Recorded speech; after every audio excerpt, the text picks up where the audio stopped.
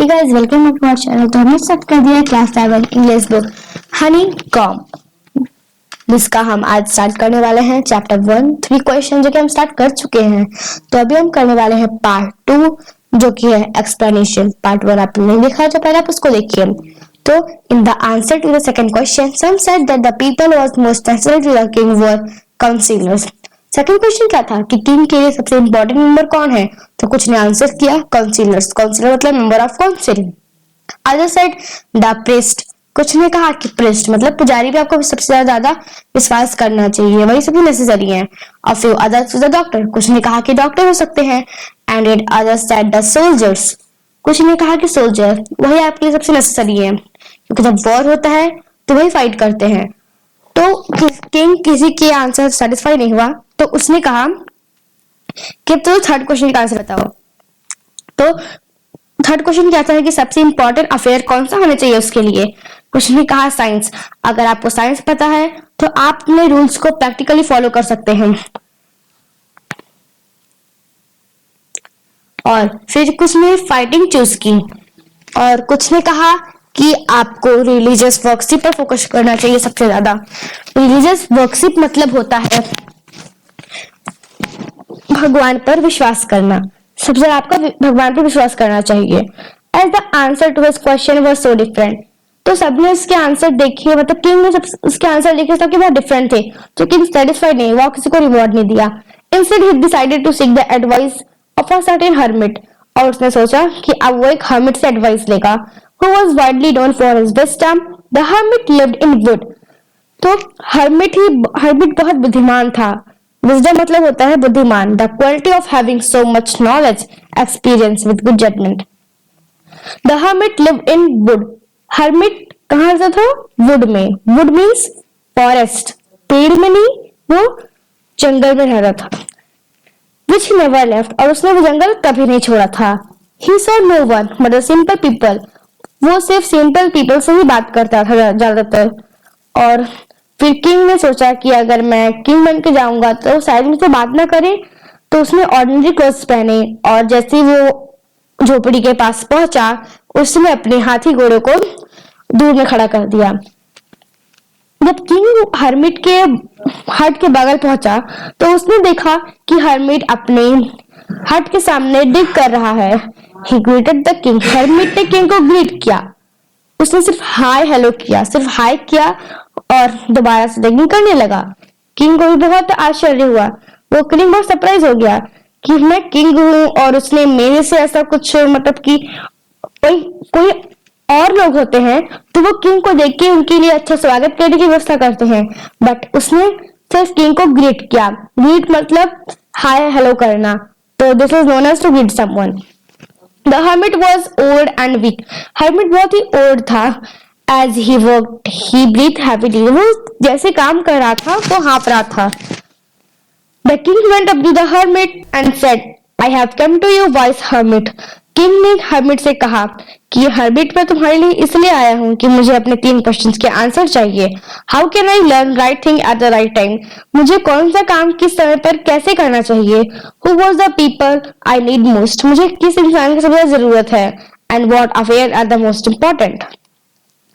The hermit listened to the king but did not speak. Hermit ने king के बारे में देखा पर उसने कुछ बोला नहीं।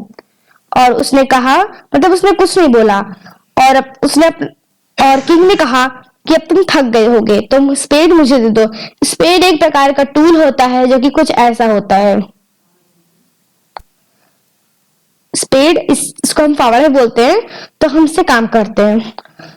किंग ने कहा कि तुम बहुत थक गए होगे, तो हर्मिट ने कहा थैंक यू, और उसने किंग ने स्पेड ले लिया और वो बैठ गया। किंग ने 2 बेड्स खोद ली थी, तो उसने सोचा कि अब तो ये मेरे क्वेश्चन का आंसर देगा। उसने अपना क्वेश्चन रिपीट किया, बट तभी भी उसने कोई आंसर नहीं दिया।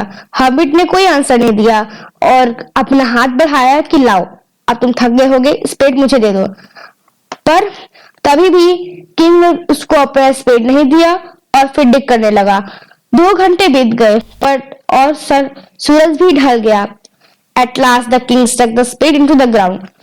आखिरी में किंग ने स्पेड को जमीन में घुसा दिया और कहा अगर आपको मुझे आंसर नहीं देना है तो आप मुझे बता दीजिए, मैं चला जाऊंगा। तो अब हम आपका कंप्रहेंशन चेक करेंगे। Why did the king want to know to answer his 3 questions? Because he did not want to fail in his life. वो अपनी लाइफ में कभी फेल नहीं होना चाहता था।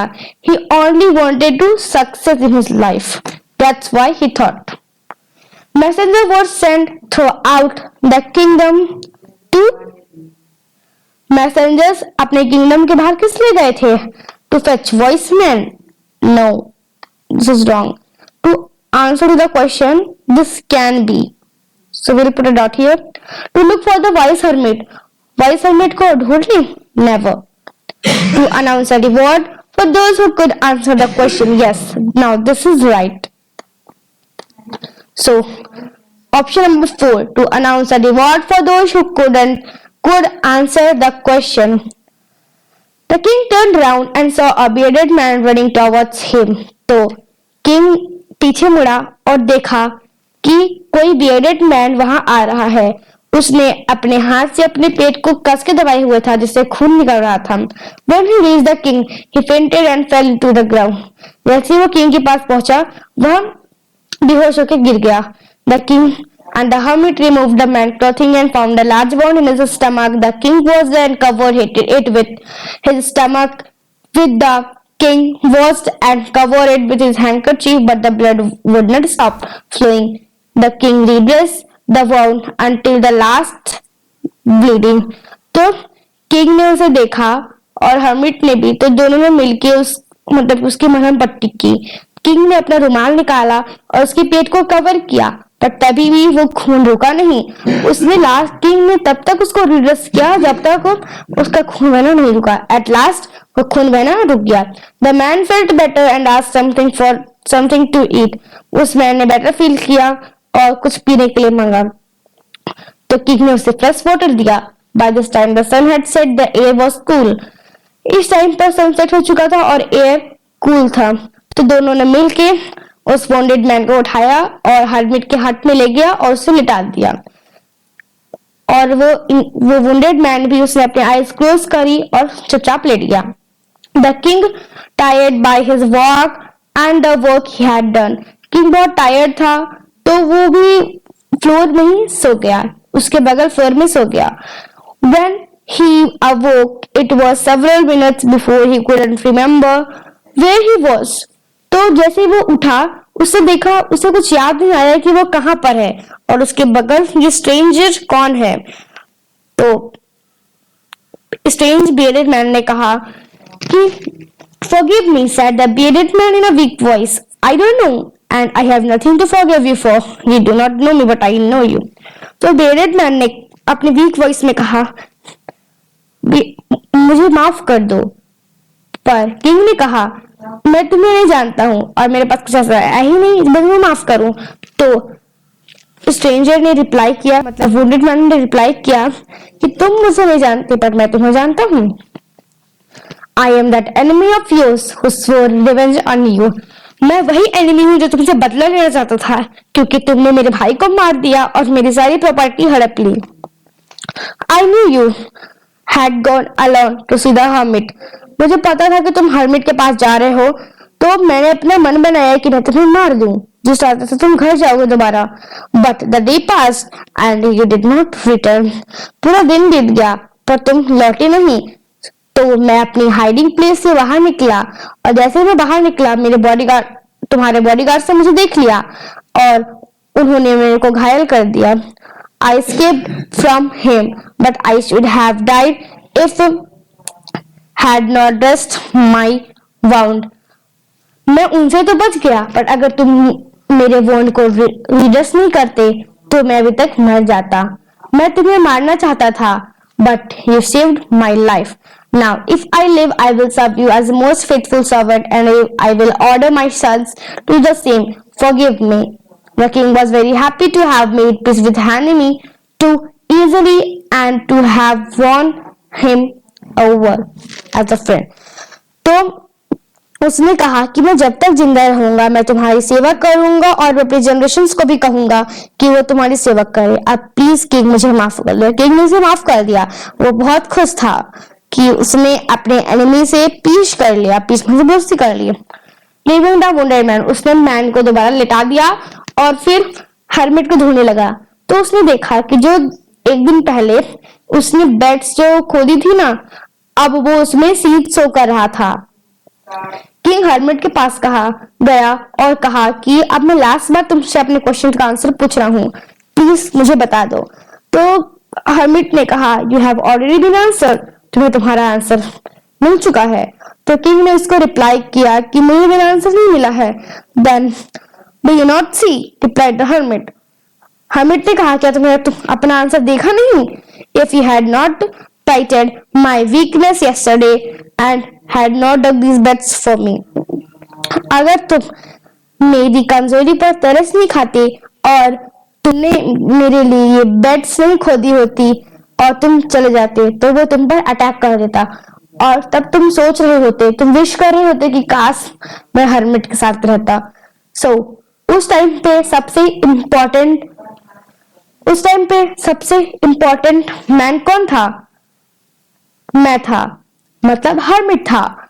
तुमने उस टाइम पे सबसे अच्छा काम तुम्हारे लिए क्या था कि तुम मेरी मदद करो।